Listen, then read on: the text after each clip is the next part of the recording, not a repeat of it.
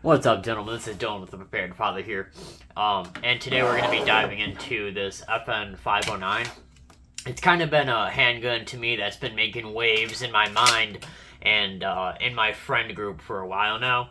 But I haven't really had a chance to get my hands on one just because the price point's a little bit high for me, and I kind of came across a sweet deal. A buddy won this at a USPSA competition and thought, okay, well, I might as well pass this deal on to a homie. So that's kind of where we're at. FN has a reputation for quality and durability, and the FN 509 is absolutely no exception. So we're going to break this down, everything from the magazine to the trigger, and see if this pistol lives up to the hype. So let's start off with the magazine. This is a 17 round magazine, metal framed. And one of the standout features is the bright orange follower, which makes it easy to see when you're empty.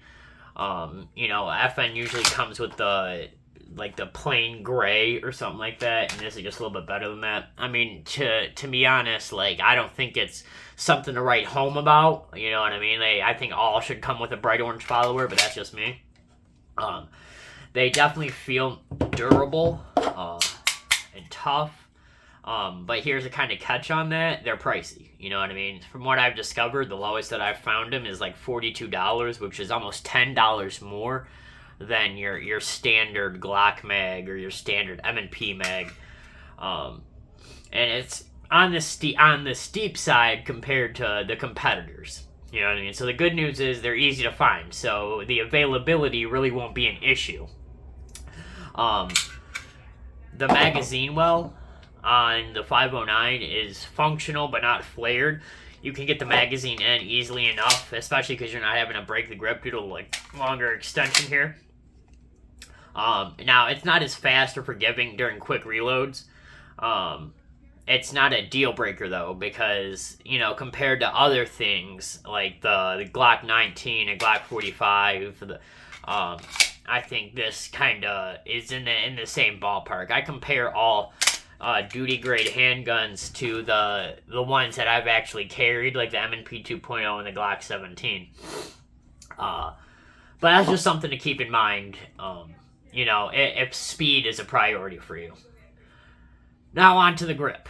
This is where the FN 509, in my mind, it really shines. The grip is, it's perfect. It features the FN logo right here, and a texture reminiscent, I don't know, maybe of I don't know what to compare this to. Maybe like a CZP10 mixed with a Glock Gen 5. It's aggressive, but super comfortable. It gives you control, wet, sweaty conditions. The rear back strap is removable. Right now I do have the medium back strap on it. But I'm definitely thinking about switching it over to the small one. Just because I'm going to attempt to conceal carry this. Because that's kind of the market for you guys is concealed carriers. I would say that to all my law enforcement officers or security professionals watching this is an absolute amazing duty handgun, from what I can tell so far. I've not put enough rounds downrange to mark this as reliable, but all the reviews I've watched and all the content I've seen of the FN 509, that this thing, it does work. The pistol comes, like I said, with two back straps that are interchangeable, but you can also get the aluminum-based ones.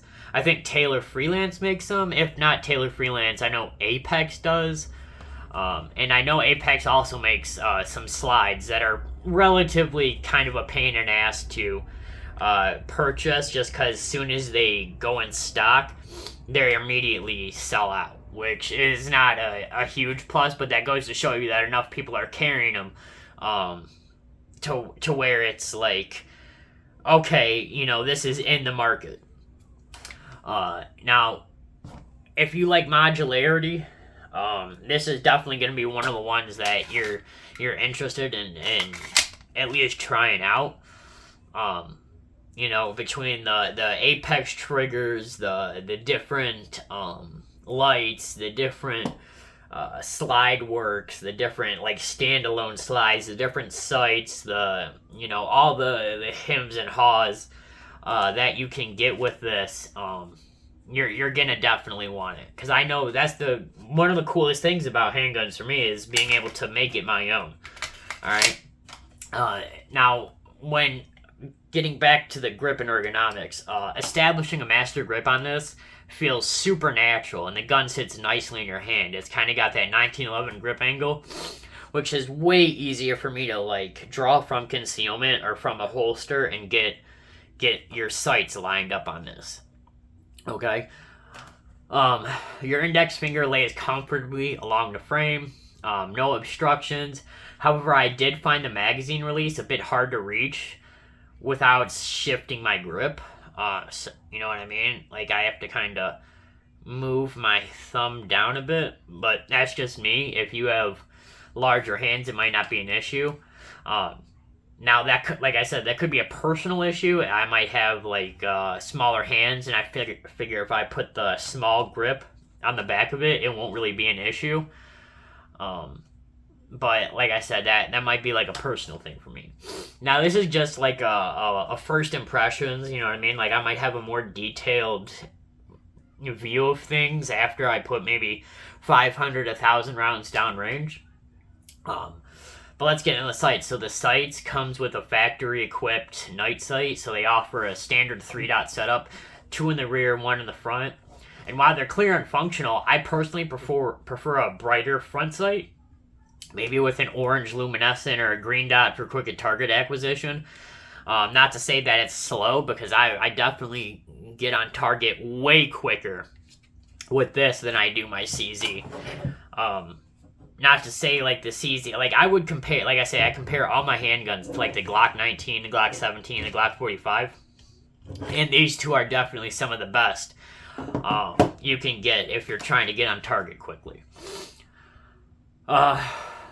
Now, if you're talking about controls, the FN509 is a safe action pistol, so there's no manual safety. The trigger has a built-in safety. There's a trigger dingus in the back instead of the front here.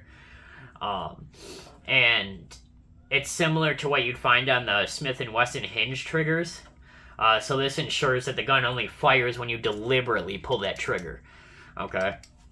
The ambidextrous magazine release is kind of a sore spot for me. It's functional but stiff. Like this, the right side comes out great, but this left side is.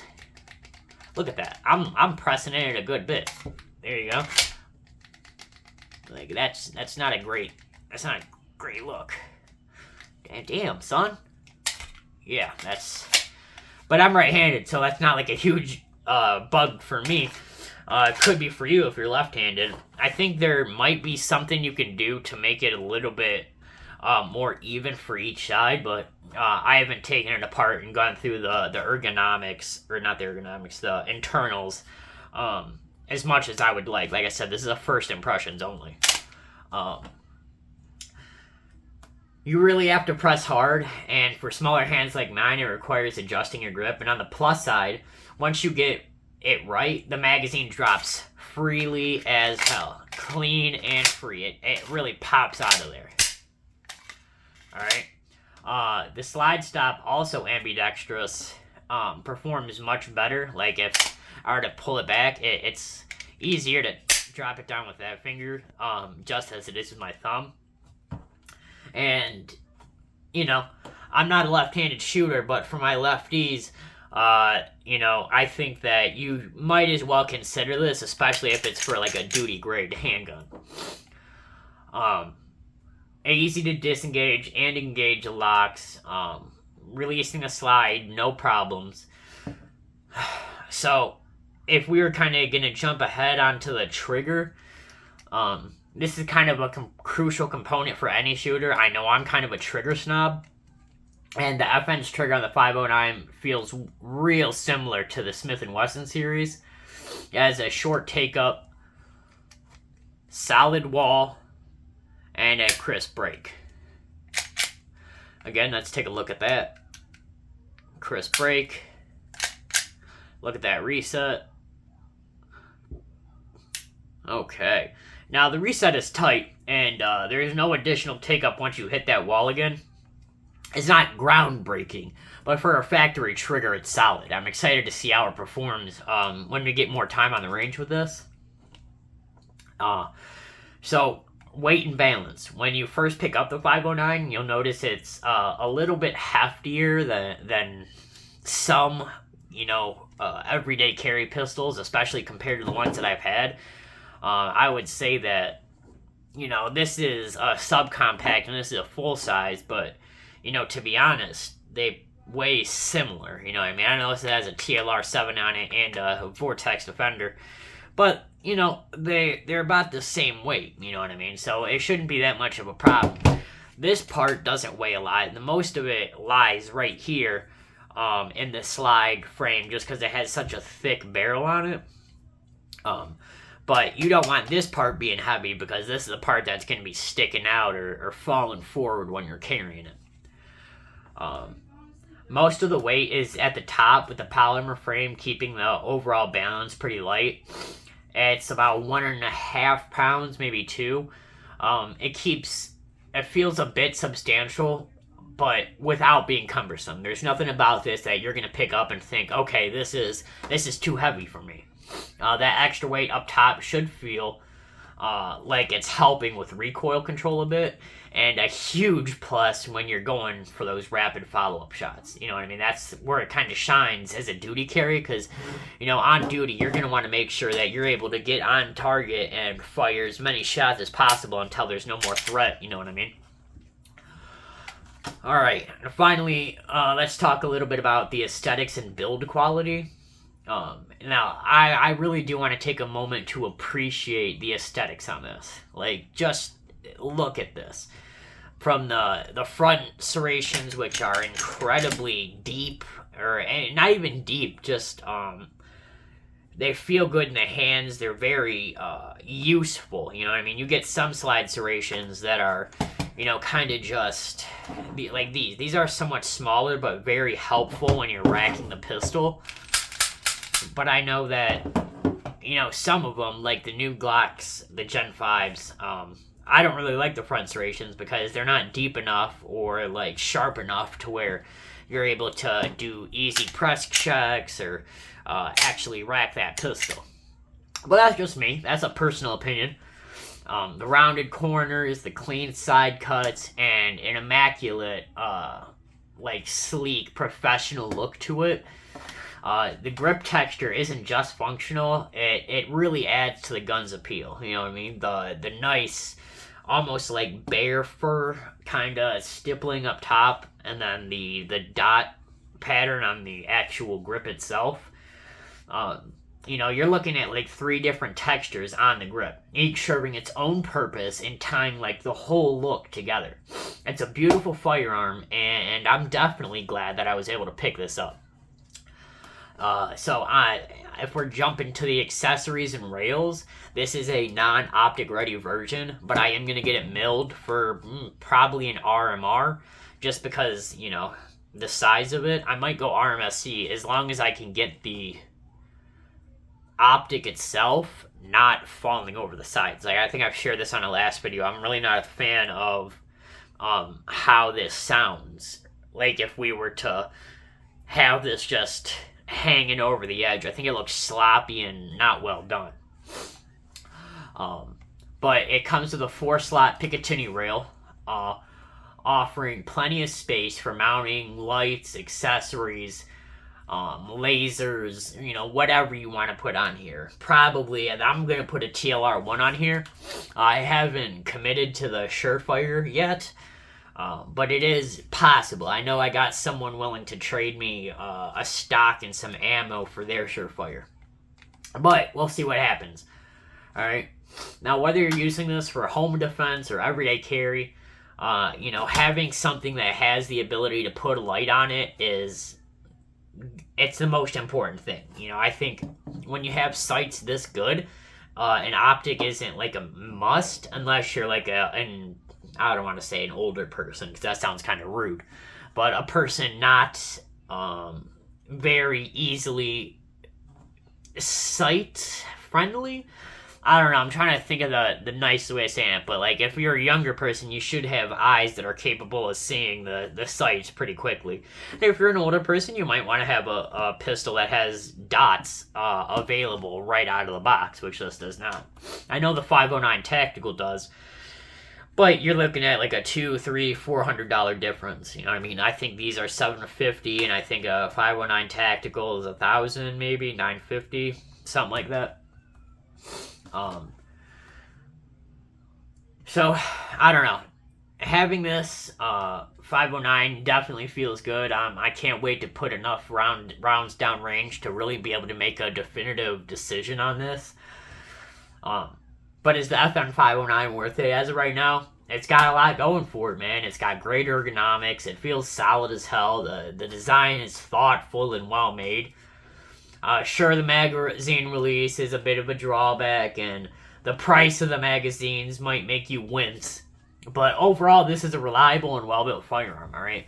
It feels great in your hand. It performs where it counts, and I can't wait to put more rounds down range to see how it handles that too. So this is the FN 509, boys. That's all for today's review. Let me know in the comments what you think of this pistol. Do you own one? What's been your experience with it? So don't forget to like, don't forget to subscribe, and hit that bell icon for more reviews, drills, because I'm going to be coming out with a dry fire 101 video soon. And, just give you guys some tips to keep you and your family prepared. Thanks for watching. I'll see you next time, boys.